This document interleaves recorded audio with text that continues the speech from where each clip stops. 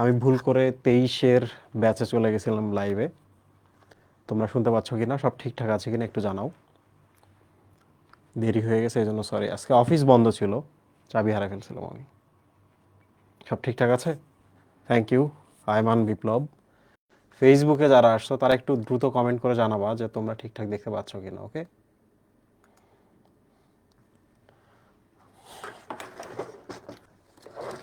Thank you.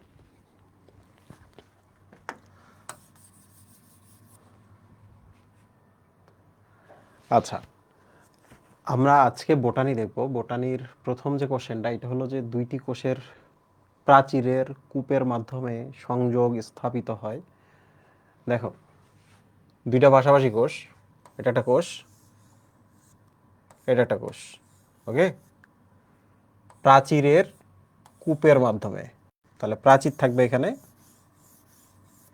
এবং প্রাচীরে একটা কি থাকবে, কূপ থাকবে। এই যে কূপটা। কোশ্চেন ইজ, কিসের কিসের মধ্যে সংযোগ এখন স্থাপিত হলো বলো তো, বলো। দুইটার মধ্যে কিসের কিসের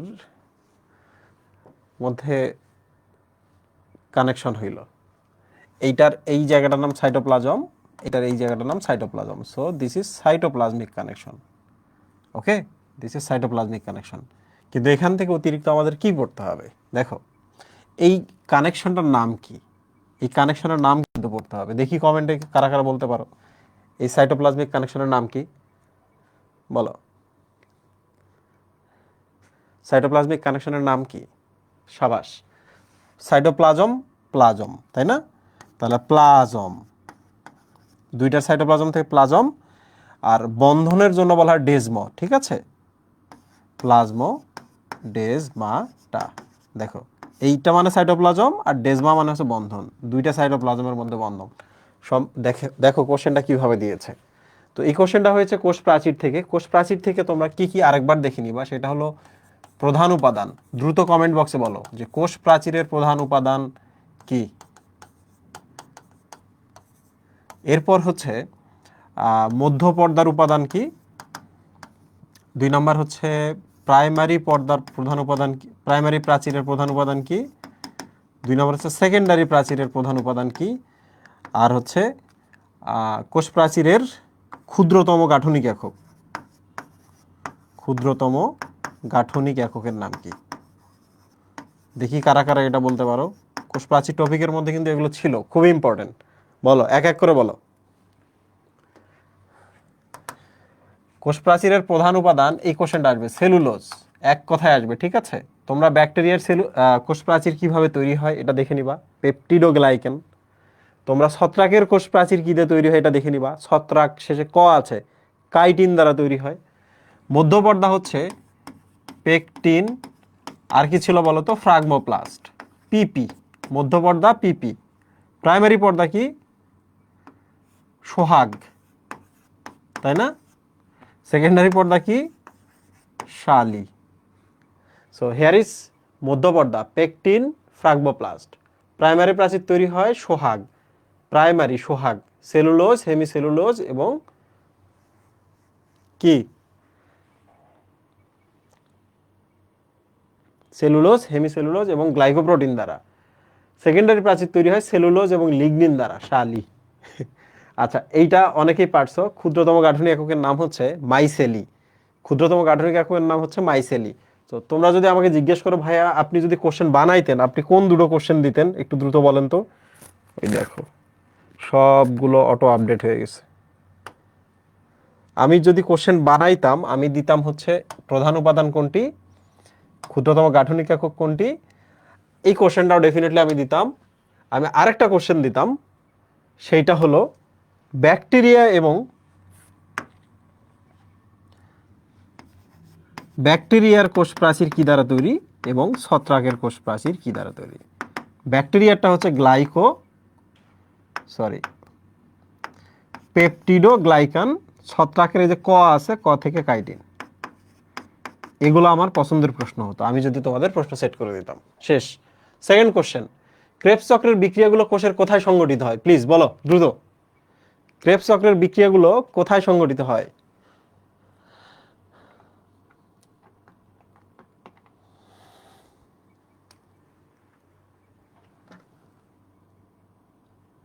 ভাইয়া জিএসটিতে আপনি যা পড়াচ্ছেন এর বাইরে কি আসবে? আমি যা পড়াচ্ছি এর বাইরে তো আর কিছু নাই।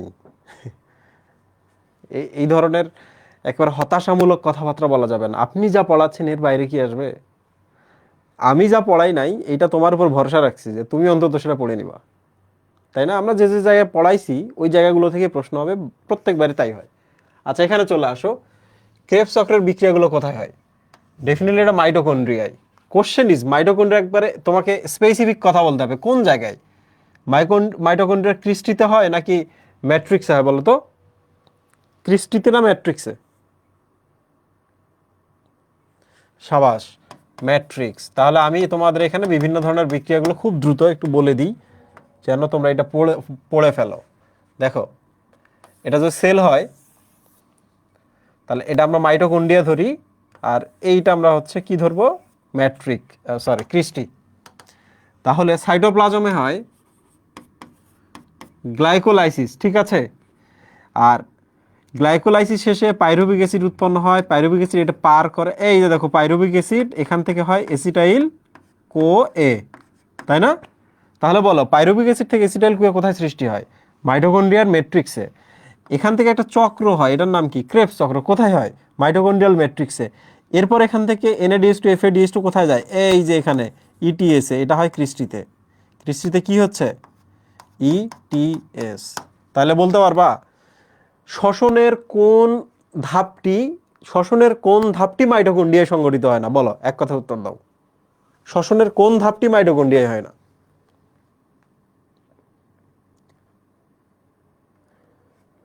শ্বসনের কোন ধাপটি মাইটোকন্ড্রিয়ায় হয় না?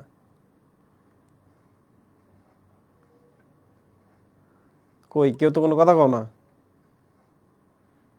ইয়েস, শুধুমাত্র এই যে এইটা হয় না, গ্লাইকোলাইসিসটা। নেক্সট কোশ্চেন, কোনটি স্টার্ট কোডন? দেখি পারো কিনা, বলো।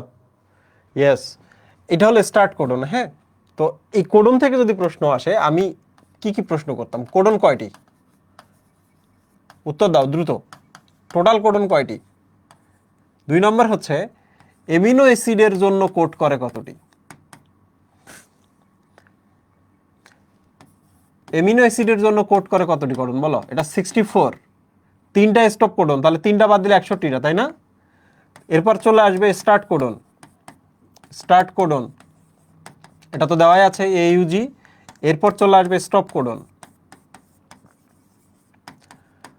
উয়া, উগা অ্যান্ড ওয়াগ। এগুলো স্টপ কোডন, ঠিক আছে? এখন প্রশ্ন হচ্ছে স্টার্ট কোডন কোন এমিনো অ্যাসিডটাকে নিয়ে আসে বলো? এই স্টার্ট কোডনটা কোন এমিনো অ্যাসিডের জন্য বলো? বলো, স্টার্ট কোডনটি কোন এমিনো অ্যাসিডের জন্য? সাবাস, এটা মেথিওনিন এমিনো অ্যাসিডের জন্য, তাই না? মেথিওনিন। এগুলো আমার পছন্দের প্রশ্ন। আমি যদি খুব দ্রুত প্রশ্ন করতে চাই তাহলে অবশ্যই অবশ্যই আমি এই কোশ্চেনগুলো দিব, ঠিক আছে? ডান। নেক্সট, ডিএনএ রঞ্জিতকরণে ব্যবহার করা হয় কোনটি? দেখা যাক, ডিএনএ রঞ্জিতকরণে কোনটি ব্যবহার করা হয়? ডিএনএ কে যে রং করা হয়, কোষ বিভাজনের সময় পড়ছো না? এই সময় ডিএ এই সময় হচ্ছে ক্রোমোজোমগুলো রং ধারণ ক্ষমতা প্রাপ্ত হয়। বলো, ডিএনএ রঞ্জিতকরণের জন্য ফুল জিন এইটা, এটা ডিএনএ এর জন্য ব্যবহার হয়। আর এই যে এইটা তোমরা নিশ্চয় ডাব্লিউবিসি পড়ছো, ডাব্লিউবিসির ওই যে আছে না নিউট্রোফিল, ইওসিনোফিল, বেজোফিল, দানাদার যেগুলা, সেগুলাকে রং করতে এটা ব্যবহার করা হয়। বুঝতে পেরেছো? প্রশ্নের উত্তর কি পেয়েছো তোমরা সবাই?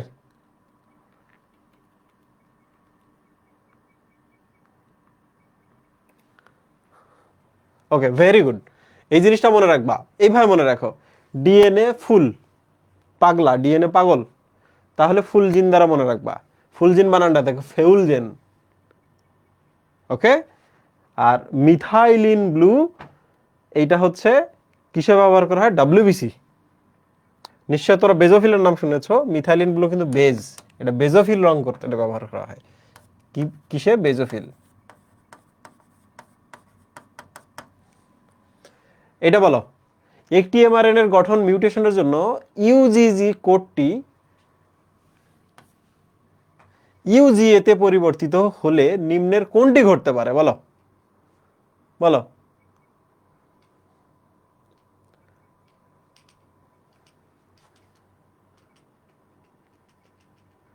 কেউ কি বলতে পারবা এটা? দেখো এখানে ট্রান্সক্রিপশন, রিভার্স ট্রান্সক্রিপশন, এমআরএনএ থেকে টিআরএনএ এই ধরনের কোনো প্রসেস নাই। তাহলে দেখো 1 2 3 এখানে এই এই তিনটা কথা বলছে, একটু ভালো করে খেয়াল করো। এমআরএনএ এর গঠনটা ভুল হয়ে গেছে, এমআরএনএ ভুল হয়ে গেছে, ভালো করে দেখো। এমআরএনএ ভুল হয়ে গেছে, তাই না? এমআরএনএ তে প্রবলেম হয়ে গেছে। এমআরএনএ থেকে কি আসে? প্রোটিন আসে, তাই না? তাহলে এই প্রসেসটার নাম কি? ট্রান্সলেশন না? তাহলে এমআরএনএ তে যদি ভুল হয় তাহলে প্রোটিন তৈরিটা তে প্রবলেম হবে বা থেমে যাবে। তাহলে দেখো এখানে শুধু ট্রান্সলেশন নিয়ে একটা শব্দই আছে। তোমরা কারা কারা এটা ফার্স্ট এখন বুঝতে পারলা এক্সপ্লেনেশনের সময়? বলো তো কারা কারা এক্সপ্লেনেশনের পরে বুঝতে পারলা?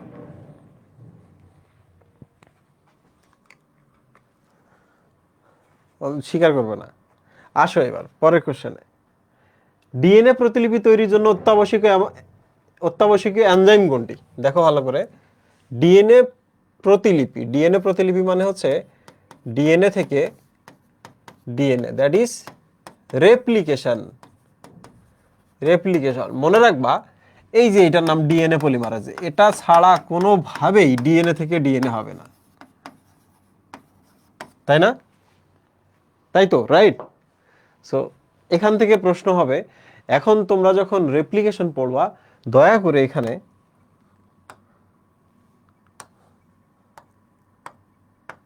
কয়েকটা জিনিস পড়বা যখন রেপ্লিকেশন পড়বা। হ্যাঁ, 1 নাম্বার যেটা করবা সেটা হলো এখানে হচ্ছে এনজাইমের নামগুলো একটু দেখে নিবা। ওকে, এনজাইমের নামগুলো দেখে নিবা। তারপর হচ্ছে এখান থেকে তোমরা দিয়ে নিবা হচ্ছে প্রুফ রিডিং কমপ্লেক্স যেটা আছে,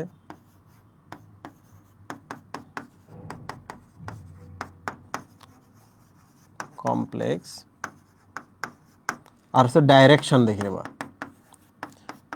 ডাইরেকশন মানে একটা সূত্রক হচ্ছে 3 প্রাইম টু 5 প্রাইম, আর তাহলে নিউ সূত্রক যেটা নিউ সূত্রক মনে রাখবা সবসময় 5 টু 3 দিকে হবে।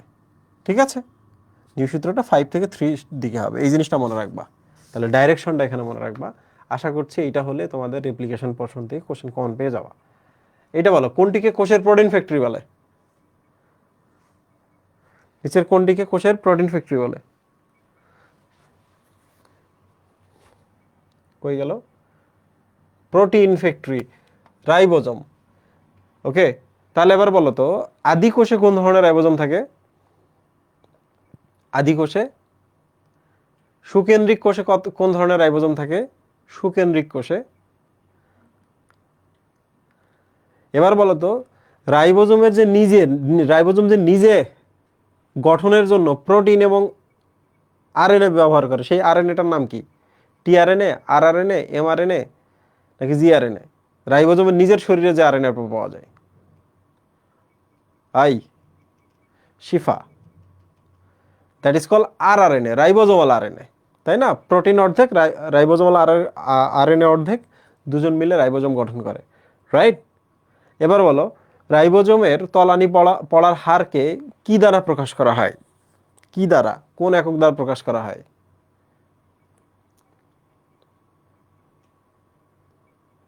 বলো।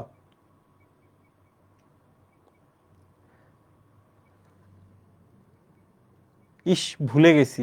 এই এস দ্বারা প্রকাশ করা হয়, এস ভেদবার্গ একক, এস দ্বারা প্রকাশ করা হয়। আবার প্রশ্ন যদি করি, আরো প্রশ্ন করবো এখান থেকে, রাইবোজোম থেকে আর প্রশ্ন করব, তাহলে তোমরা আমাকে একটা প্রশ্নের উত্তর দাও। যে রাইবোজোম গুলো সাইটোপ্লাজমে ছড়িয়ে থাকে সেই রাইবোজোম গুলোর নাম কি? সেই রাইবোজোম গুলোর নাম কি? যুক্ত রাইবোজোম নাকি মুক্ত রাইবোজোম যারা সাইটোপ্লাজমে ছড়িয়ে থাকে? মুক্ত রাইবোজোম, তাই না? তাহলে এবার যদি প্রশ্ন করি অনেকগুলো মুক্ত রাইবোজোমকে একসাথে মুক্তোর মালার মতো গঠন করে কোন ধরনের আরএনএ? এটা একটা রাইবোজোম, এটা একটা রাইবোজোম, এটা একটা রাইবোজোম, এই যে এরকম একটা আরএনএ থাকে, এই আরএনএটার নাম কি বলো? বলো। That is called mRNA. রাইবোজোমে যদি এইরকম করে কেউ আসে, দ্যাট ইজ এমআরএনএ। তুমি যে রাইবোজোমে সরাসরি ভেতরে দেখতে যাও, তাহলে তুমি আরআরএনএ পাবা। ঠিক আছে? আচ্ছা আচ্ছা, এখান থেকে আরো একটা দেখি, এই যে লাইসোসোম থেকে প্রশ্ন আসতে পারে। হ্যাঁ, লাইসোসোম কিন্তু আত্মঘাতী থলিকা ইত্যাদি ইত্যাদি, অটোলাইসিস, অটোফেগি, এই কথাগুলো মনে রাখবা। তারপর হচ্ছে মাইটোকন্ড্রিয়া। মাইটোকন্ড্রিয়াকে কি বলা হয়? পাওয়ার হাউস বলা হয়, এখানে সমস্ত শক্তি উৎপন্ন হয়। গোলজি বডিকে কিসের ফ্যাক্টরি বলা হয়? দেখি পারো কিনা। গোলজি বডিকে কিসের ফ্যাক্টরি বলা হয়? কার্বোহাইড্রেট ফ্যাক্টরি, তাই না? এবার বলো তো, কার্বোহাইড্রেটের রান্নাঘর কোনটি? কার্বোহাইড্রেটের রান্নাঘর কোনটি?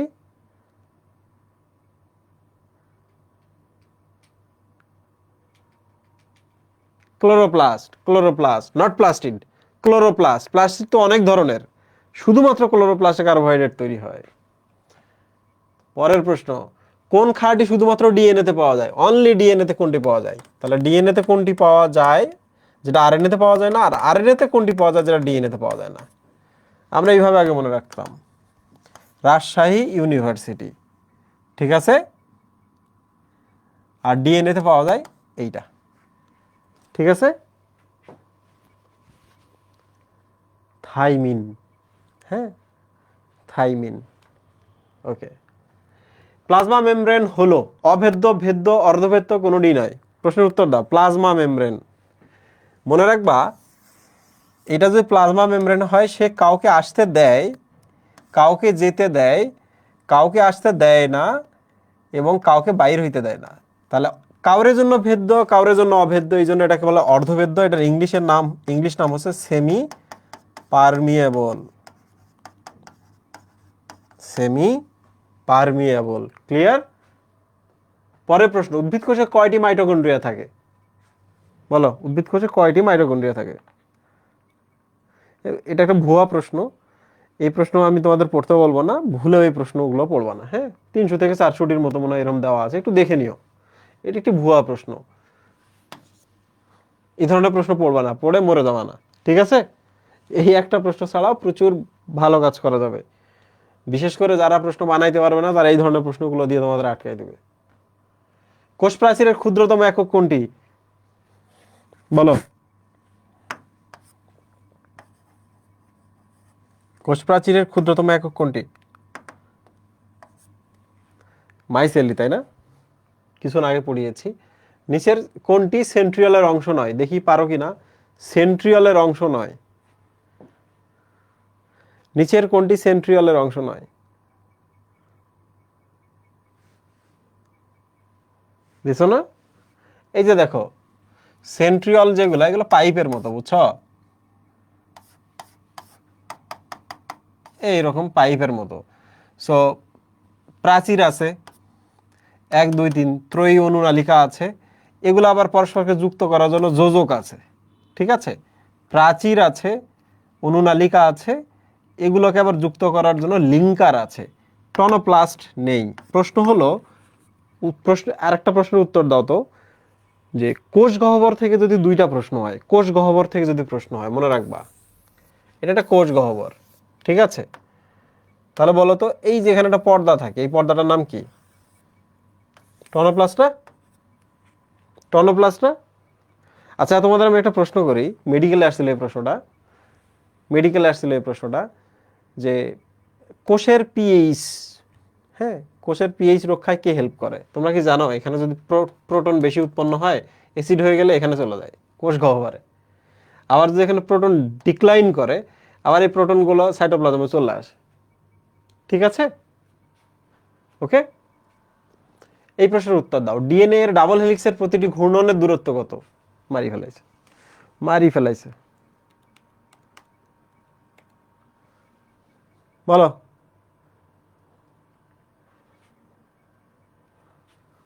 এই অ্যাংস্ট্রম আর ন্যানোমিটার তোমরা এলোমেলো করে ফেলতেছো। এই বই খোলো, বই খোলো, তোমাদের ক্লাস করা লাগবে না, বই খোলো। একদল এ বলে, একদল বি বলে, সঠিক উত্তর বলো। অ্যাংস্ট্রমে কি? Very good. কোনটিকে নিউক্লিয়াস পুনর্গঠন অঞ্চল হিসাবে বলা হয়? নিউক্লিয়াস পুনর্গঠন অঞ্চল বলো। নিচের কোনটি নিউক্লিয়াস পুনর্গঠন অঞ্চল?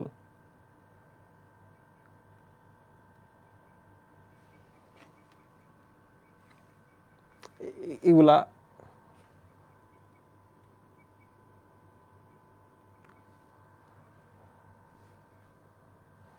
Very good. এগুলা মানে সহজ প্রশ্ন, হুটহাট করে চলে আসে। নিচের কোন কোষে লাইসোসোম অনুপস্থিত? নিচের কোন কোষে লাইসোসোম অনুপস্থিত? দেখি পারো কিনা এই প্রশ্নটার উত্তর দিতে। নিচের কোন কোষে লাইসোসোম অনুপস্থিত? একেবারে চোখ মুখ বন্ধ করে আল্লাহর ওয়াস্তে ভুল করে ফেলেছো। এবার চিন্তা ভাবনা না করে উত্তর দেওয়া শুরু করেছো, ভুল হয়ে গেছে, তাই না? পরীক্ষার হলে যাও, দোয়া পড়ো, নানা কিছু করো, পড়ালেখাও করতে হবে, শ্রমও দিতে হবে, দোয়াও পড়তে হবে, দেন গিয়ে একসাথে দুইটা দুইটা একসাথে কাজ করায়, এই জিনিসটা মাথায় রাখতে হবে। প্রশ্ন দেওয়ার আগে আগে উত্তর দিয়ে ফেলছে। রাইবোজ আরবিসির কথা তোমাদের মনে নাই? আরবিসির একবারে নিউক্লিয়াস থেকে শুরু করে, এটা নিউক্লিয়াস, সাইটোপ্লাজমে যা যা আছে সবই বাইরে হয়ে যায়, আছে না? এরপর হিমোগ্লোবিন দিয়ে ফিল আপ হয়ে যায় জায়গাটা, এটা না? লাইসোসোম মানে এটা একটা ট্রিকি প্রশ্ন আর কি। হুট করে যদি বলতো নিচের কোনটিতে মাইটোকন্ড্রিয়া নেই, উত্তর দিতে পারতা? পারতা তো উত্তর দিতে নাকি? ওর যত সাইটোপ্লাজমিক অঙ্গাণু সব বাইর করে দেয়, পারতা না?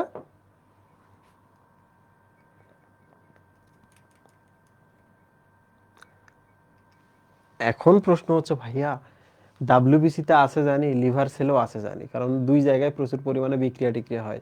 নিউরনে আছে কি না আমি তো জানি না, তো আমি নিউরনটা কি দাগিয়ে আসবো? না রে পাগলা, যেটা সবচেয়ে নিখুঁত, যেটা সবচেয়ে কাছাকাছি, ইভেন দুইটা প্রশ্নের উত্তর থাকলেও একটা উত্তর দাগে আসতে হবে, অধিকতর যেটা বেটার। এমন সময় হয় যে প্রশ্নের মধ্যে কোনো অপশনই মিলতেছে না, কাছাকাছি যেটা নাম্বার, কাছাকাছি যেটা যায় ওইটা তোমাকে মিশাই দিতে হবে। তো আরবিসি নিয়ে তো কোনো প্রশ্নই নাই এখানে। কোষ বিভাজনের কোন উপপর্যায়ে কায়াজমা তৈরি হয়? মনে আছে তো নাকি? একটা গল্প পড়াইছিলাম, প্যাক প্যাক দশা, তাই না? সংসার দশা এইরকম অবস্থা, তাই না? বিনিময় হয়, তাই না? বাচ্চা হয়, তাহলে টেট্রাট, কায়াজমা এবং ক্রসিং ওভার সবগুলো প্যাক প্যাক দশাতে হয়। সব তো মনে আছে নাকি? আচ্ছা, এবার একটা প্রশ্ন করি, উত্তর দাও তো। নিচের কোন দশায় বাইভ্যালেন্ট তৈরি হয়, পারো কিনা? বাইভ্যালেন্ট, বাইভ্যালেন্ট তৈরি হয় জাইগোটিনে। এখানে তোমাকে বলো তো, পোলারাইজড বিন্যাস দেখা যায় কোথায়? পোলারাইজড বিন্যাস ফ্লাওয়ার বুকে কোথায় দেখা যায়? ইয়েস, বাপ রে বাপ, এত দ্রুত পারতেছো, সাবাস। লেপটোটিনে। এবার বলো, P53 প্রোটিনের ভূমিকা কি? বলো, গার্ডিয়ান অফ জিনোম, P53-র কাজ কি? মনে রাখবা, সেল ডিভিশনকে সবসময় কমিয়ে রাখতে হয়, মাত্রার বাইরে কোনোভাবে যাইতে দেওয়া যাবে না, তাহলে বিরত রাখে, তাই না? কোষ বিভাজনের কোন পর্যায়ে ক্রোমোজোম VLJI আকৃতি হয়? এটা তো ক্লাস 9-10 থেকে পড়ে আসতেছো। This is anaphase. আচ্ছা, তোমাদের যদি আমি একটা প্রশ্ন করি, একটা ক্রোমোজোম দেখতে তো এইরকম দেখতে, তাই না? এই ক্রোমোজোমটাই হয়ে গেল এইরকম, ভি আকৃতির হয়ে গেল। তোমরা আমাকে বলো তো, যে এই শ্রেণী বিভাগটা আমরা করলাম, এই যে এই আকৃতিগুলো করলাম, কিসের ভিত্তিতে করলাম বলো তো? তোমরা কি জানো এটা কিসের ভিত্তিতে? কিসের ভিত্তিতে করলাম? এই আকৃতিটা পেলাম কারণ সেন্ট্রোমিয়ারটা মাঝখানে। আর যদি এরকম হতো তাহলে আমরা কি পেতাম? এই ধরনের একটা পেতাম, তাই না? যে আকৃতির পেতাম, পাইতাম কিনা? তাহলে সেন্ট্রোমিয়ারের অবস্থানের ভিত্তিতেই কিন্তু আমরা এই ধরনের আকৃতি পাই, এটা মাথায় থাকবে। সেন্ট্রোমিয়ারের অবস্থানের ভিত্তিতে। এবার পরের প্রশ্ন, সেটা হলো, সেন্ট্রোমিয়ার এখানে আছে তো সমস্যা নাই, এটা এই পাশে আছে, এটা এই পাশে আছে, কিন্তু চেহারাটা এরকম হয়ে গেল কেন বলো তো? বলো তো এরকম কেন হইলো? বলো। যখন দৌড় দেয় তখন এরকম চেহারা হয়, বুঝছো? গতির কারণে এরকম হয়, মনে রাখবা। তুমি বলো তো, আমি যদি একটা এখানে গামছা পরে থাকি, এখান থেকে এই জায়গায় ঝুলে থাকবে না? আমি যখন দৌড়াবো তখন কি হবে? আমার মাথার সামনে গামছাগুলো পেছনে উড়বে। তার মানে গতির কারণে কিন্তু এই জিনিসটাই কিন্তু এরকম দেখাচ্ছে, এই জিনিসটা মাথায় রাখতে হবে। পরীক্ষায় যদি প্রশ্ন আসে যে বিভিন্ন আকার আকৃতি হওয়ার প্রধান কারণ কি? গতি। প্রধান কারণ কি? গতি। আর কিসের উপর ভিত্তি করে আমরা বিভিন্ন ধরনের আলাদা আকার আকৃতি পাই? সেন্ট্রোমিয়ারের অবস্থানের ভিত্তিতে। ঠিক আছে, এই প্রশ্নের উত্তর দাও। কোনটি প্রোগ্রাম সেল ডেথ? কোনটি প্রোগ্রাম সেল ডেথ?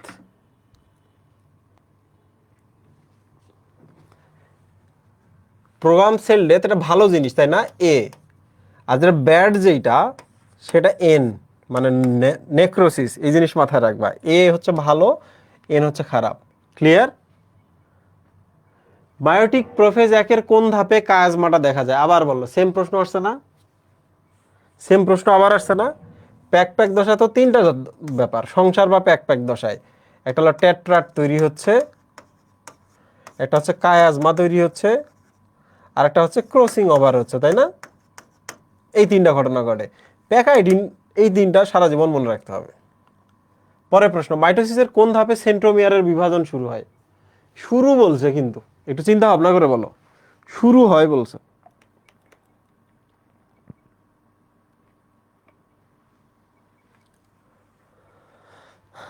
সেন্ট্রোমিয়ারের বিভাজন, আল্লাহ কি এক অবস্থা।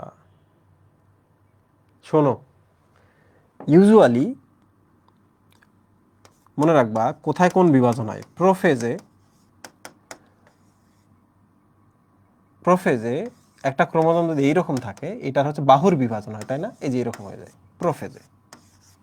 তাহলে এই জিনিসটা মনে রাখবো, একটা শেষ। 2 নম্বর হচ্ছে মেটাফেজ। যদিও মেটাফেজেই পুরোটা হওয়ার কথা, মেটাফেজে যেটা, এই যে দেখো এইটার বিভাজন শুরু হলো, দেখছো? মেটাফেজে গিয়ে তাহলে এটার বিভাজন শুরু হবে। আর অ্যানাফেজ তোমাদের বই অনুযায়ী কিন্তু আমি এখন দেখাচ্ছি। অ্যানাফেজে গিয়ে যেটা হয়, এটা পুরোপুরি কমপ্লিট হয়ে এইটা এদিকে আসে, আর বাকি হাফটা এইদিকে চলে যায়। তাহলে তোমরা এবার আমাকে বলো, কোথায় বাহুর বিভাজন হয়? বাহুর অনুদৈর্ঘ্য বিভাজন হয়, বলো। বাহুর অনুদৈর্ঘ্য বিভাজন কোথায় হয়?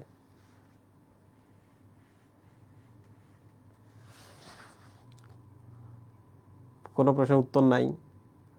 আবার অ্যানাফেজ লিখতেছে, আবার অ্যানাফেজ লিখতেছে। বাহুর অনুদৈর্ঘ্য বিভাজন কই হইলো? এই যে দেখো, এবার আবার বিভাজন কোথায় হলো? প্রোফেজে। এই যে এটা আসলো। মেটাফেজে কি হলো? সেন্ট্রোমিয়ারের বিভাজন শুরু হলো। অ্যানাফেজে কি হলো? কমপ্লিট হয়ে গেছে। দেখো, এটা আলাদা, এটা আলাদা হয়ে গেছে। সো দিস ইজ শুরু হয় বলছে মেটাফেজ, দেখছো? পরের প্রশ্নের উত্তর দাও। মায়োসিস কোষ বিভাজনের কোন উপপর্যায়ে ক্রসিং ওভার পাওয়া যায়? আবার বলো। এই টার্মিনালাইজেশন হয় কিসের? এই প্রশ্নের উত্তর দাও তো আমাকে। এটা সবাই পারবে না, এটা যে পারবে সে নেক্সট এক্সামে গিয়ে টপ করে ফেলবে। টার্মিনালাইজেশন কোথায় হয়? কোথায় হয়? ওকে, ভেরি গুড। এবার বলো তো, টার্মিনালাইজেশন কার হয়? কার টার্মিনালাইজেশন হয়? এই প্রশ্নের উত্তর দাও। আমি কিন্তু পড়াইছিলাম টার্মিনালাইজেশন কার হয়।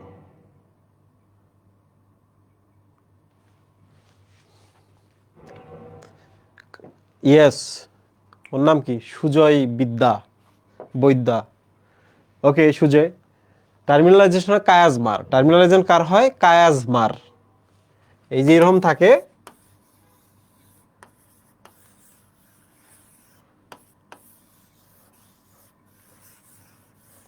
এই যে দেখো এই জায়গা আছে না কায়াজমাটা, এই যে এখানে ক্রস, এই যে ক্রস, এই জায়গাটা, এইটা ধীরে ধীরে সরে যায়, প্রান্তের দিকে সরে যায়। এই জায়গাটা, এই অ্যাটাচমেন্ট পয়েন্টটা, দুইটা নন সিস্টার ক্রোমাটিডের অ্যাটাচমেন্ট পয়েন্টটা ওদিকে সরে যায়, এদিকে সরে যায়, কায়াজমার হয়। সাবাস, সুজয় বৈদ্য ভালো করবে ইনশাল্লাহ। ক্রসিং ওভার সম্পর্কে ধারণা পাওয়া যায় কোন উদ্ভিদে?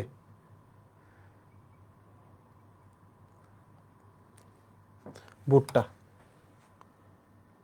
কোষচক্রের জি1 দশায় কতটুকু সময় লাগে? বলো, মনে আছে তো? 34, 35, 36। জি1 দশায় 34, 35, 36, তাই না? 34, 3, 4, 30 থেকে 40। 34 দিয়ে বলছিলাম, 35 দিয়ে বলছিলাম এবং 36 দিয়ে বলছিলাম। 3-এর পর 0, 4-এর পর 0, তার মানে জি1 এ এস জি2, তাই না? এভাবে বলছিলাম। 3-এর পর 0, 4-এর পর 0, এইটা। এস দশা হচ্ছে 3-এর পর 0 5-এর পর 0, এইটা। G2 দশা হচ্ছে 36কে আমরা 3 দিয়ে ভাগ দিব, 12 আসবে, তাহলে 1-এর পর 0 2-এর পর 0, সেটা হলো G2 দশা। সাবাস। এবার বলো মেটাকাইনেসিস হয় কোন ধাপে? মেটাকাইনেসিস হয় কোন ধাপে? আরে সাবাস। মেটাকাইনেসিস মানে কি বলতো? মেটা মানে মাঝখানে, মানে এই যে বিষুবীয় অঞ্চলটা দেখতে পাচ্ছ না, এখানে যখন আসবে দ্যাট ইজ কল মেটাকাইনেসিস। ঠিক আছে, এখানে এসে সজ্জিত হওয়ার প্রক্রিয়াটা বিষুবীয় অঞ্চলে সজ্জিত হওয়ার প্রক্রিয়া। দেহের বিভিন্ন অংশে টিউমার ছড়িয়ে পড়ার প্রক্রিয়াকে কি বলা হয়? ছড়িয়ে পড়ার প্রক্রিয়াকে কি বলা হয়? ওই দেখো সিপ দাগায় ফেলছে একেবারে ঘুম থেকে উঠে। এই অঙ্ক মানে ক্যান্সার, আর জেনেসিস মানে তৈরি। ক্যান্সার তৈরির প্রক্রিয়ার নাম অঙ্কোজেনেসিস। সি দাগাইতেছো কেন? মেটা মানে চেঞ্জ, স্টেট মানে হচ্ছে স্থির অবস্থান, তাহলে স্থির অবস্থান থেকে চেঞ্জ হওয়া মানে কি? ছড়িয়ে পড়া, এইটা উত্তর, তাই না? আর মিউটাজেন মানে কি? যারা মিউটেশন ঘটায়, যারা মিউটেশন ঘটায় তাদের নাম মিউটাজেন। কারা ঘটায়? সূর্যের আলো, রাসায়নিক পদার্থ, তাই না, তেজস্ক্রিয় পদার্থ, এগুলাই। এবার বলো নিচের কোনটি মাইটোসিসের মাধ্যমে বংশবৃদ্ধি করে? নিচের কোনটি মাইটোসিসের মাধ্যমে বংশবৃদ্ধি করে বলো?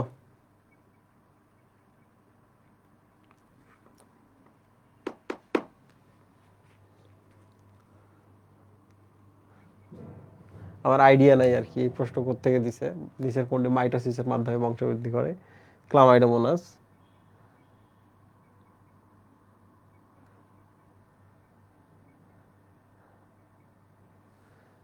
মাইটোসিস না অ্যামাইটোসিস?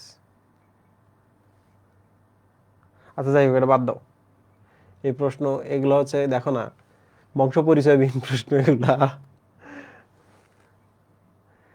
বহু নিউক্লিয়াস বিশিষ্ট উদ্ভিদ কোষ, বহু নিউক্লিয়াস বাট উদ্ভিদ কোষ কোনটি?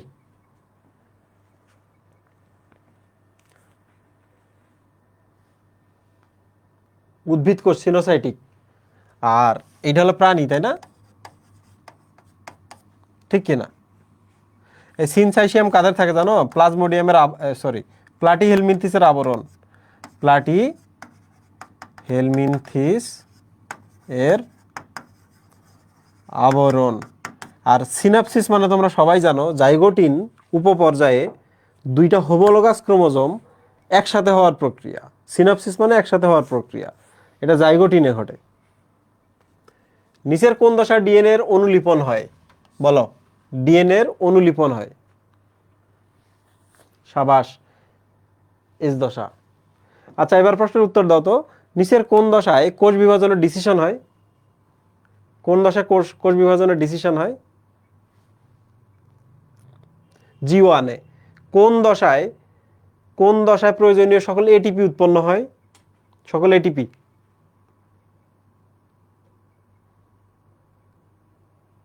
G2 দশায়। মেচুরেশন প্রমোটিং ফ্যাক্টর কোথায় তৈরি হয় বলো তো?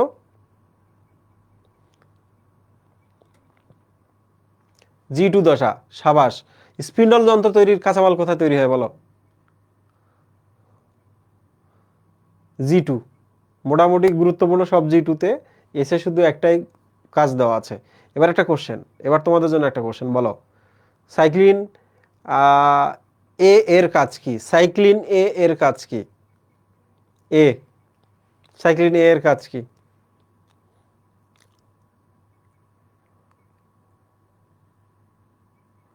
ভালো করে বলো।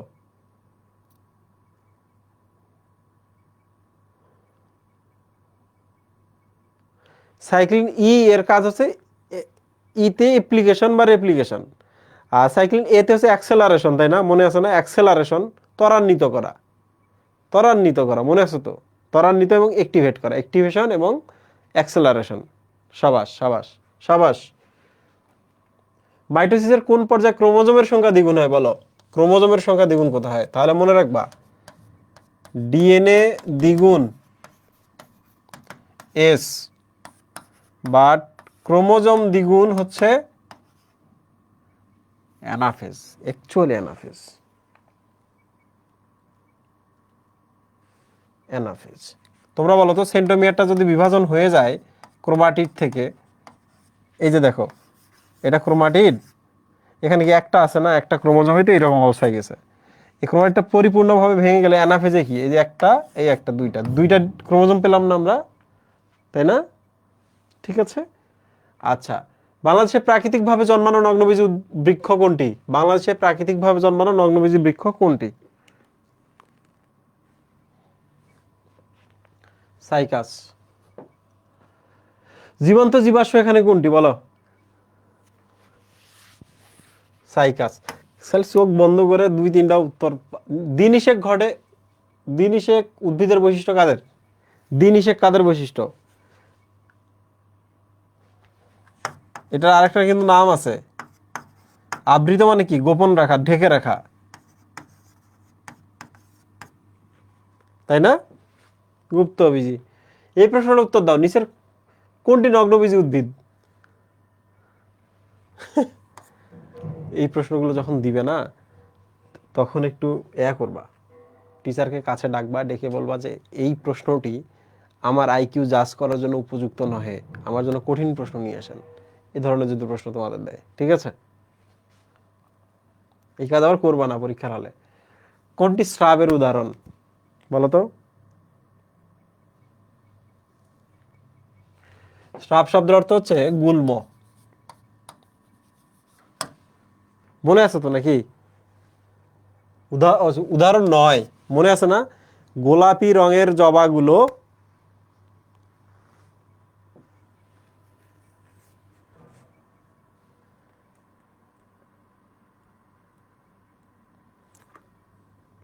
মনে আছে? এটা অ্যাকচুয়ালি আরশেওড়া। হ্যাঁ, এটা 19-20 সালের কোশ্চেন। 19-20 সালে অপশনস মানে হয়তোবা ছিল সেখান থেকে। হ্যাঁ, আমি কিন্তু তোমাদের পড়াইছিলাম, এইভাবে পড়াইছিলাম। ওকে, গোলাপি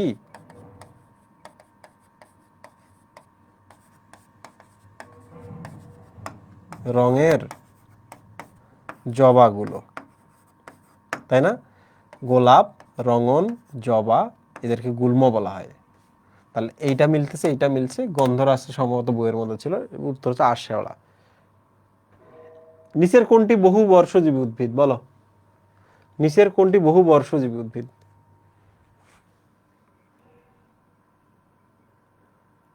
খাইছে।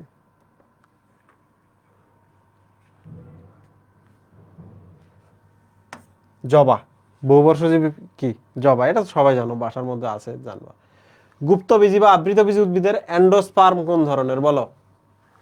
নগ্নবীজিদের অ্যান্ডোস্পার্ম কেমন আর আবৃতবীজিদের অ্যান্ডোস্পার্ম কেমন? এটা N, not 2n, this is 3n, তাই না? 3n, তাই না? ট্রিপ্লয়েড। আরে সাবাস। এই প্রশ্নটার উত্তর দাও, দলমণ্ডলের প্রতিটি সদস্যকে কি বলা হয়? দলমণ্ডলের প্রতিটি সদস্যকে কি বলা হয়? এই দল মানে হচ্ছে পাপড়ি, পাপড়ি প পেটাল। হ্যাঁ, পাপড়ি প পেটাল। ওকে, দল মানে হচ্ছে কি? পাপড়ি, পাপড়ির প আর পেটালের প, এইটা কিন্তু এলোমেলো হয়ে যায় কিন্তু। আচ্ছা, ফিস্টুলার স্টেপ কার বৈশিষ্ট্য বলো? ফিস্টুলা মানে কি জানো? গহ্বর, মানে ফাঁকা জায়গা। তাহলে আমি যদি একটা উদ্ভিদ নেই, এরকম এখানে একটা উদ্ভিদ আছে, আমি যদি কাটি, কাটার পর আমি ভেতরে এরকম ফাঁপা ফাঁপা দেখতে পাবো, ঠিক আছে? ফাঁপা দেখতে পাবো। তো এই ধরনের উদ্ভিদগুলা ফাঁপা হওয়ার কারণে একটু পাতলা পাতলা নরম নরম হয়, যেমন বাঁশ গাছ, তোমরা সবাই জানো। তাহলে ঘাস জাতীয় যেগুলো উদ্ভিদ, পোয়াসি মানে ঘাস জাতীয় যারা উদ্ভিদ, তারা এরকম ভেতরে ফাঁপা থাকে এবং নরম হয়, ঠিক আছে? এই প্রশ্নটার উত্তর দাও, নিচের কোনটি পুষ্পের স্তবক নয়? নিচের কোনটি পুষ্পের স্তবক নহে?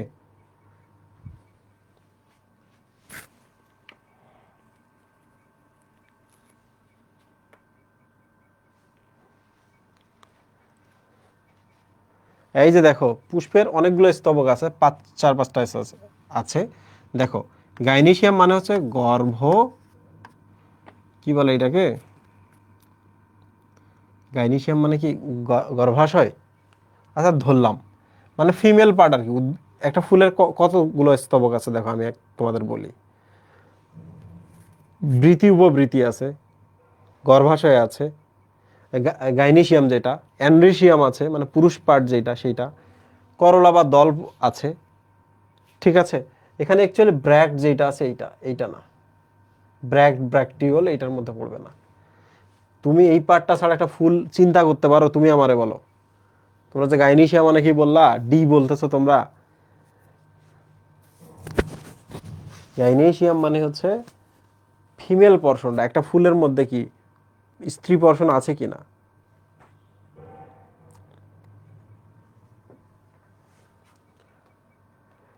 নিচের কোনটি কম্পাউন্ড লিফের উদাহরণ? লিফ মানে পাতা, কম্পাউন্ড মানে যৌগিক পাতা।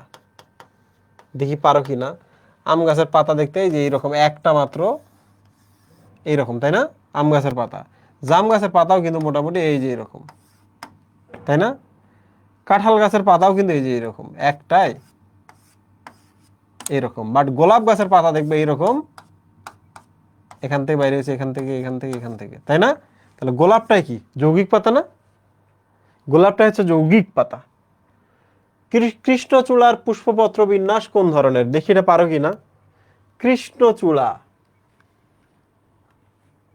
আমি কিন্তু তোমাদের বলেছিলাম কৃষ্ণচূড়া এবং কালকাসুন্দা, মনে আছে? কালকাসুন্দা দুইটাই কিন্তু কৃষ্ণ এবং কালো একই কথা, তাই না? তাহলে কৃষ্ণচূড়াকে যদি আমি এইভাবে ভাবি, কালকাসুন্দাকে যদি আমরা এইভাবে ভাবি, দুইটাই একই জিনিস, সেম সেম, ব্র্যাকেটের মতো। আর ব্র্যাকেট মানে হলো ইমব্রিকেট। ঠিক আছে তো নাকি? পড়াইছিলাম আমি তোমাদের এগুলা। এটার উত্তর দাও। বৃত্তাংশ বা পাপড়ির পরস্পরের সাথে বিন্যস্ত থাকার প্রক্রিয়াকে কি বলা হয়? মারছে, পাপড়িগুলো পরস্পরের সাথে বিন্যস্ত থাকা। দাও এই প্রশ্নের উত্তর দাও।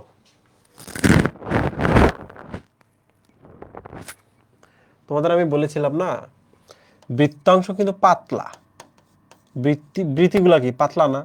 পাপড়ি কি পাতলা না, নাকি গোল?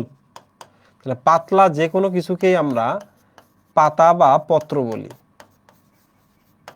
তাহলে এখানে দেখো তো পত্র কোথায় আছে, এই যে ফুলের পত্র বিন্যাস। মিলে যাচ্ছে? মিলে যাচ্ছে? যারা পাতলা জিনিস তাদের বিন্যাসকে আমরা পাতা বিন্যাস, পাতলা বিন্যাস বা পত্র বিন্যাস বলি। এটার উত্তর দাও। নিচের কোনটি অপ্রতিসম পুষ্প? বলো।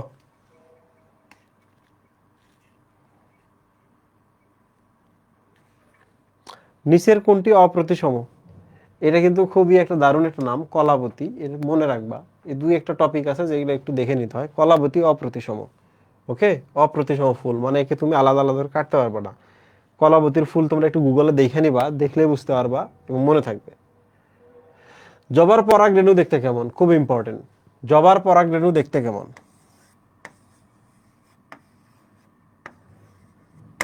বলো। জবার পরাগ রেণু দেখতে কেমন? আকারে অনেক বড় হবে এরা এবং কাটা কাটা কাটা কাটা থাকবে, যে কোনো জায়গায় পড়ে গেলে যেন আটকে থাকে। পতঙ্গ যদি আসে পরাগধানীতে, সে পতঙ্গের গায়ে গিয়ে যেন আটকে যায়। বৃহৎ এবং কণ্টকিত, ঠিক আছে? ক্লোরোপ্লাস্ট উপস্থিত থাকে কোন অণুজীবে? বলো তো এইটার মধ্যে কোনটাতে ক্লোরোপ্লাস্ট থাকে? Plasmodium species. এই প্লাজমোডিয়াম কিন্তু হচ্ছে ম্যালেরিয়া, এটা একটা এনিমেলের মতো ভাবা যেতে পারে। Bacillus, this is bacteria. Mucor কি? মিউকর ছত্রাক না? মিউকর ছত্রাক। স্পাইরোগাইরা, সাবাস, পাইছো। স্পাইরোগাইরাতে স্পাইরালি, তোমরা সবাই জানো স্পাইরোগাইরাতে স্পাইরাল বা সর্পিল ক্লোরোপ্লাস্ট থাকে, মনে আছে তো নাকি? ক্লোরোপ্লাস্ট থাকে। সার্স, ইবোলা এবং নভেল কি ধরনের ভাইরাস বলো তো? কি ধরনের ভাইরাস? এইখানে যেগুলা দিয়ে দিছে এইগুলা কিন্তু একটা অপশনে না, এগুলো ধরন না, এগুলো ভাইরাসের নাম। এগুলো হচ্ছে emerging virus. What is emerging virus? যে ভাইরাসগুলো আগে অন্য অ্যানিমেলের রোগ তৈরি করতো, হঠাৎ করে নতুন অ্যানিমেলের রোগ তৈরি করতেছে, দে আর ইমার্জিং ভাইরাস। ভাইরাসের আক্রমণে দেহে স্বতঃস্ফূর্তভাবে তৈরি হয় কোনটি? বলো। ভাইরাসের আক্রমণে আমি অনেকবার শিখিয়ে দিয়েছিলাম এইভাবে,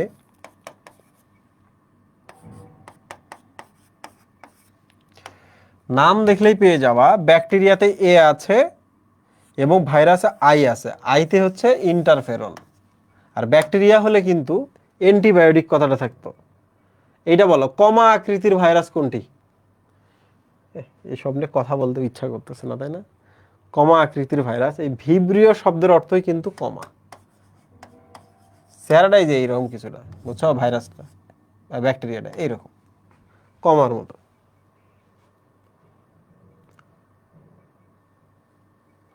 কি আসলো ওইটা?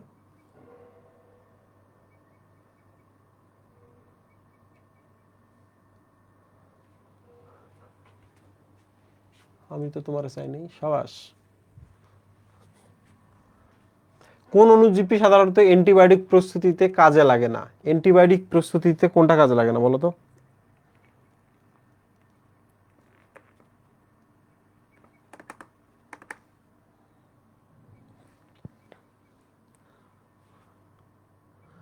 নিচের কোনটি অ্যান্টিবায়োটিক প্রস্তুতিতে কাজে লাগে না?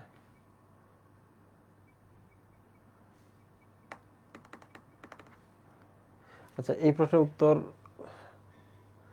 আইইউতে আসছিল। এটা বেসিলাস, স্ট্রেপ্টোমাইসিস, পেনিসিলিয়াম। পেনিসিলিয়াম থেকে তো অ্যান্টিবায়োটিক প্রস্তুতি হয়, স্ট্রেপ্টোমাইসিস থেকেও হয়, স্ট্রেপ্টোমাইসিন নামে। বেসিলাস সাবটিলিস থেকে হয়, হ্যাঁ উপরেরটা থেকে হয়।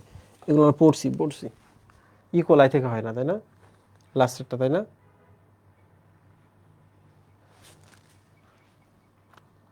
ঠিক আছে কিনা দেখো তো।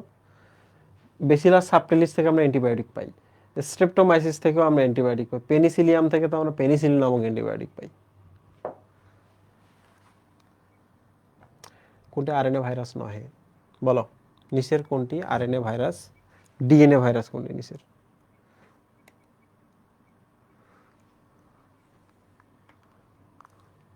তোমাদের কি মনে আছে আমি তোমাদের একবার শিখিয়েছিলাম,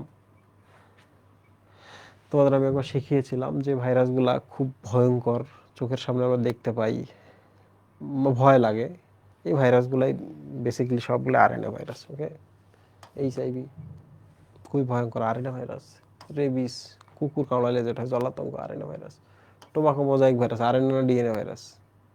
এই টোবাকো মোজাইক ভাইরাস আরএনএ না ডিএনএ ভাইরাস?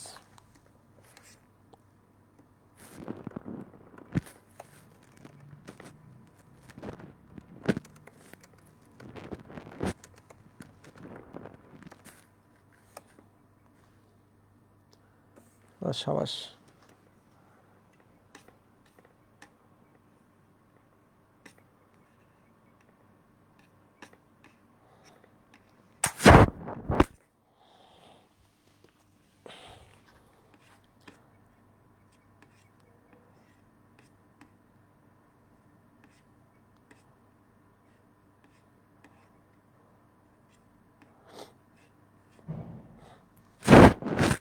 ঠিক আছে, দিস ইজ টিআইভি। সাবাস।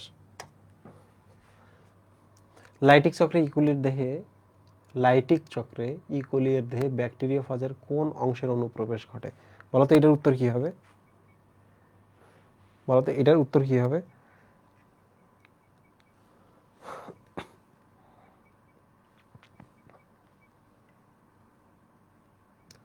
বলো। ব্যাকটেরিওফাজের কোন অংশের অনুপ্রবেশ বা পেনিট্রেশন, মানে ভেতরে কোনটা যায়? ভেতরে শুধু ফার্স্ট ডিএনএটা যায় না, শুধু ফার্স্ট ডিএনএ যায়, আর তো কিছু যায় না। তাহলে তোমরা কেউ বি, কেউ সি, ও আচ্ছা সবাই বি বলতেছিল, একজন সিও বইলা ফেলছো। সাবাস। ব্যাকটেরিয়ার শরীরে ভাইরাস বসে, ভাইরাসের এই অংশ থেকে যেটা আছে, এই যে এইটা, শুধু এইটাই এখানে প্রবেশ করে, আর কিছু প্রবেশ করে না। যৌনবাহিত রোগের জন্য দায়ী কোন ব্যাকটেরিয়া? মারছে। যৌনবাহিত রোগের জন্য না, ক্লোস্ট্রিডিয়াম টিটেনাস, এটা যৌনবাহিত রোগ নহে। ডিপ্লোককাস নিউমোনিয়া না, এটাও যৌনবাহিত নহে। ভিব্রিও কলেরাও যৌনবাহিত নহে। ক্লামাইডিয়া যেটা আছে এইটা হলো যৌনবাহিত রোগ। ঠিক আছে। ছত্রাক আক্রমণকারী ভাইরাসকে কি বলা হয় বলো? টিটুফাজ বা ব্যাকটেরিয়াকে আক্রমণ করে ব্যাকটেরিওফাজ। প্রোফাজ কি? এই যে ব্যাকটেরিয়া প্লাস ভাইরাসের যে ডিএনএটা একসাথে থাকে না, দুইজনের ডিএনএ যে একসাথে হয়, দ্যাট ইজ কল প্রোফাজ, তাই না? সায়ানোফাজ মানে যারা সায়ানো ব্যাকটেরিয়াকে আক্রমণ করে। মাইকো শব্দের অর্থ ছত্রাক, মাইকো দ্যাট মিন্স ছত্রাক। ঠিক আছে। বলো, ডেঙ্গু রোগ নির্ণয়ে কোন পরীক্ষাটির ভূমিকা নেই? ডেঙ্গু রোগ নির্ণয়ে কোনটির ভূমিকা নেই? প্রশ্নের উত্তর দাও, এগুলো পড়াইছি আমি তোমাদের। এই সেরোলজি মানে কি? রক্ত বা সিরাম নিয়ে যে টেস্টটা করা হয়, সেখানে তো আমরা ওই যে NS1 আমরা পাই, তারপর হচ্ছে IgG IgM এগুলো আমরা দেখতে পারি। প্লাটিলেট পরীক্ষা কম বেশি হয়, সেল কালচার করে আমরা ডেঙ্গুকে বের করার ট্রাই করি, বাট আল্ট্রাসোনোগ্রাম করে তুমি কি করবা, তাই না? আল্ট্রাসোনোগ্রাম করে তুমি কি করবা? কলেরা জীবাণু সম্পর্কে সঠিক নয় কোনটি? কলেরা জীবাণু সম্পর্কে সঠিক নয় কোনটি? Vibrio colliery. বলো, একটা মাত্র ফ্লাজেলা আছে, মোনোফ্লাজিলেট বা মোনোট্রাইকাস, কলেরা রোগ সৃষ্টি করে, এটা আমরা বুঝলাম। গ্রাম পজিটিভ নাকি গ্রাম নেগেটিভ? বলো।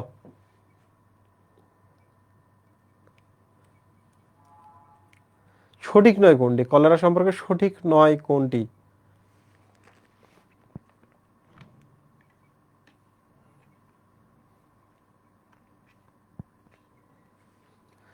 কলেরা একটি গ্রাম নেগেটিভ, তাই না? Gram negative bacteria. এখানে আসো, প্লাজমোডিয়াম ভাইভাক্সের সুপ্ত অবস্থা কতদিন? আমি তোমাদের বলছিলাম সুপ্ত অবস্থা পড়তে, কারণ প্লাজমোডিয়াম ভাইভাক্সটা শুধুমাত্র বাংলাদেশে বলতে পার্বত্য অঞ্চলে করে, বুঝছো?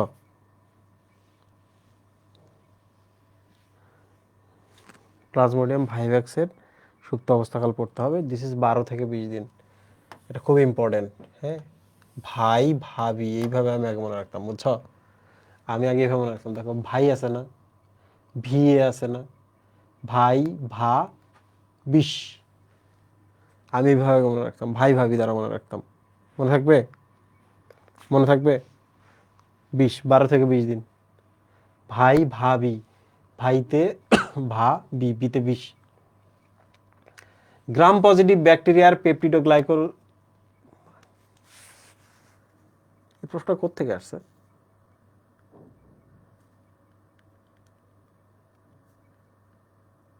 তালাশ থাকলে তালাশ করা যেত, তালাশটা এখন হচ্ছে ডাউন আছে সাইটটা। এই প্রশ্নের উত্তর দাও। গ্রাম পজিটিভ ব্যাকটেরিয়ার পেপটিডোগ্লাইকেন উৎপাদন বন্ধ করে দেয় কোন অ্যান্টিবায়োটিক? কেউ উত্তর দিতে পারবা?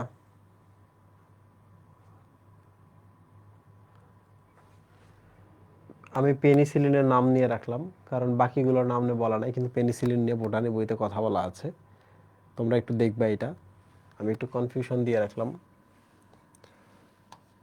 তোমরা একটু দেখে নিও এটা, ঠিক আছে? গুগলে সার্চ করলে পাবা।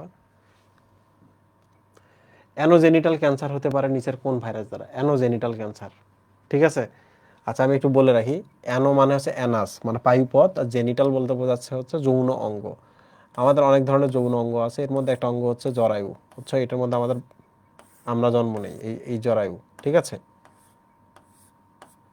তো জরায়ুর যে এই জায়গায় একটা ক্যান্সার হয়, এই জায়গায়, এটাকে বলা জরায়ু মুখ ক্যান্সার।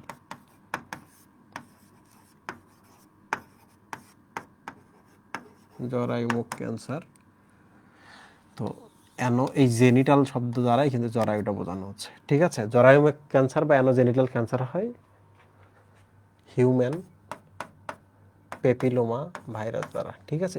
HPV দ্বারা, হিউম্যান পেপিলোমা ভাইরাস দ্বারা এটা হয়।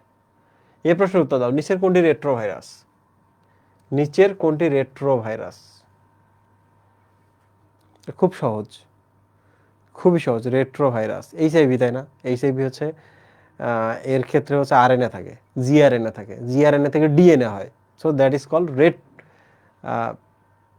রেট্রো বা রিভার্স ট্রান্সক্রিপশন বলা হয় এটাকে। HIV, কারণ HIVতে কি থাকে? জিআরএনএ বা RNA থাকে, এই RNA থেকে DNA তৈরি হয়, সো এখানে রিভার্স ট্রান্সক্রিপশন বা রেট্রো ট্রান্সক্রিপশন ঘটে, যে কারণে এই ভাইরাসের নাম রেট্রো ভাইরাস। শেষ হয়ে গেছে?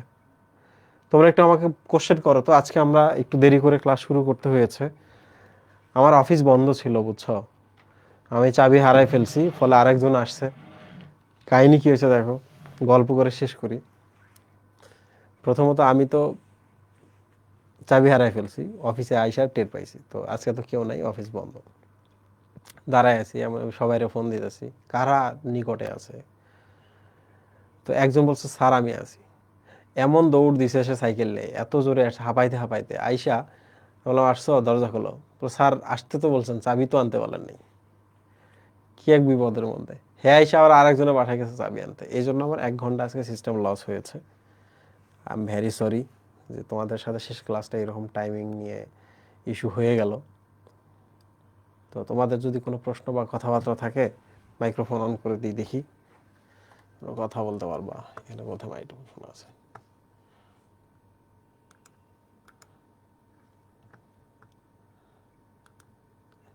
কেউ যদি কোনো কথা বলতে চাও, মাইক্রোফোন অন করে দিয়েছি।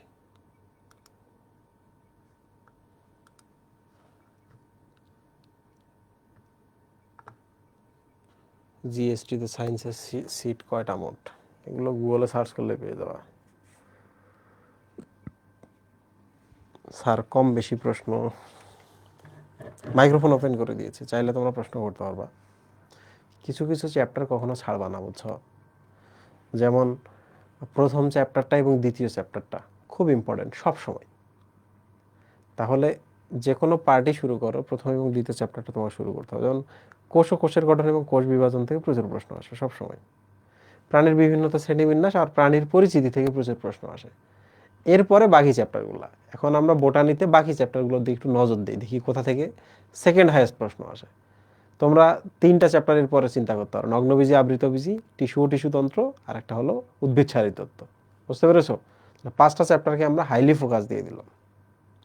আর অণুজীব থেকে তো অনেক ইনফরমেশন থাকে, অণুজীব থেকে কোশ্চেন এই জন্য সহজও আসে। আর তুমি যদি জুলজির ক্ষেত্রে চিন্তা করো, জুলজির প্রথম 2টাতে তো আসলে অনেক ইনফরমেশন। এরপর পরিপাক চ্যাপ্টার এবং রক্ত চ্যাপ্টারটা গুরুত্বপূর্ণ। তবে তোমরা কি জানো, পরিপাক এবং রক্ত চ্যাপ্টার থেকে বেশি প্রশ্ন আসে শ্বসন থেকে। প্রত্যেক বছর শ্বসন থেকে প্রশ্ন আসবে এবং চিত্রসহ প্রশ্ন আসে। আইদার কখনো অ্যালভিওলাস দিয়ে প্রশ্ন আসবে, নাহলে গ্যাসীয় পরিবহন থেকে প্রশ্ন আসবে, নাহলে প্রশ্ন আসবে হচ্ছে থেকে শ্বসনের তো তরুণ আসছে না, সরি, শ্বসন থেকে প্রশ্ন আসে, প্রচুর প্রশ্ন আসে। ভাইয়া কোথাও চান্স হয় নাই, তো কারোর সামনে দাঁড়ায় লজ্জা লাগে, এখন কথা বলতেও নিজের কাছে খারাপ লাগতেছে।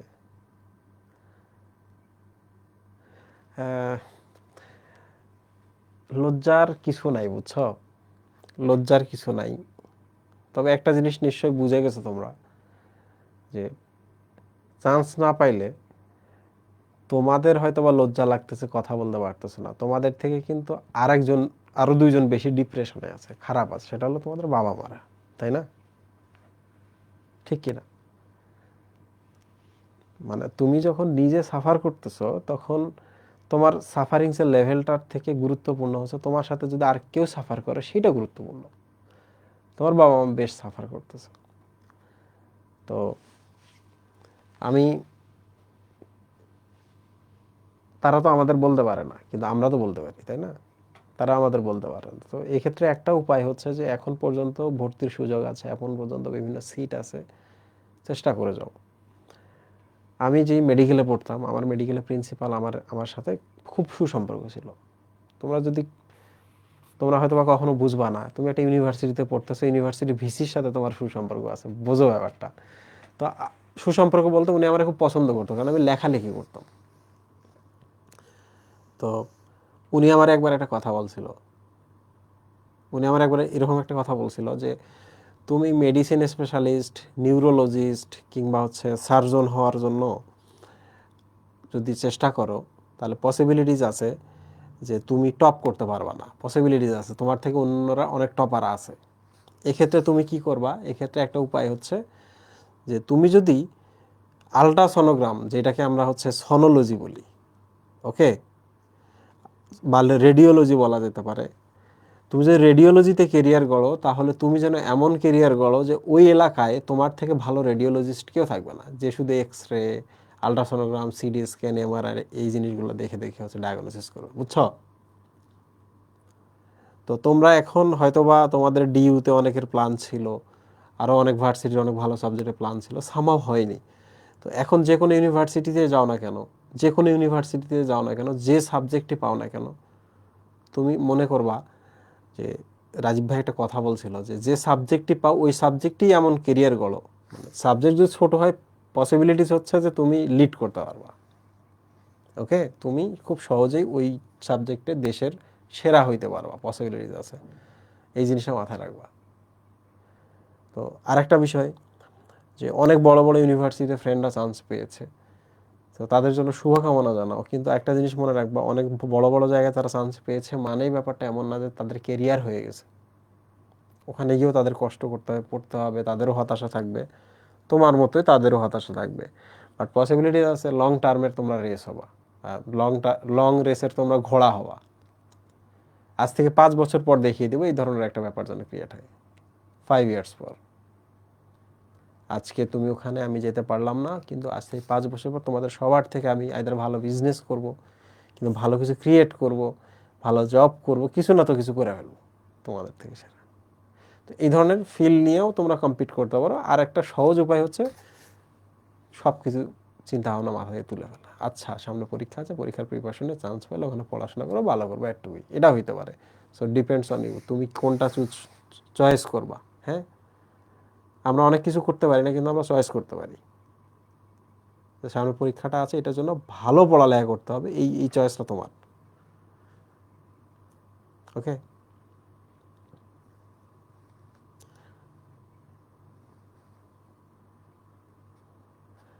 তো আমার মনে হচ্ছে যে